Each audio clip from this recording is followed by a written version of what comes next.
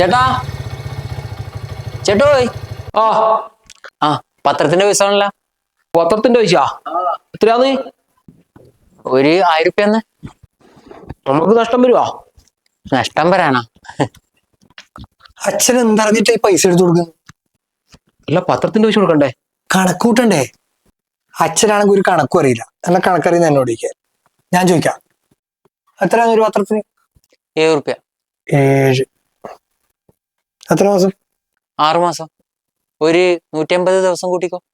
150. 1260. 1000 കൊടുത്തോ? ഏ അത് പറ്റൂല. എനിക്ക് 1260 തന്നെ വേണം. നീ നേരത്തെ 1000 അല്ലേ പറഞ്ഞേ? ഒന്ന് കുറച്ചിടാന്ന് വിചാരിക്കുമ്പോഴത്തേക്ക് നിങ്ങക്ക് അഹങ്കാരം അല്ലേ? നമ്മളൊന്നും വിശ്വാസമില്ല അല്ലേ? ഇങ്ങോട്ട് വന്നേ. എന്താ വെച്ചാ ഒരു സ്റ്റെപ്പ് തായറിങ്ങേ. അവിടെ ആകുമ്പോ ഒരു ഏല് കിട്ടുന്നില്ല. എനിക്ക് ഞാൻ കാണിച്ചുതരാം. ഓ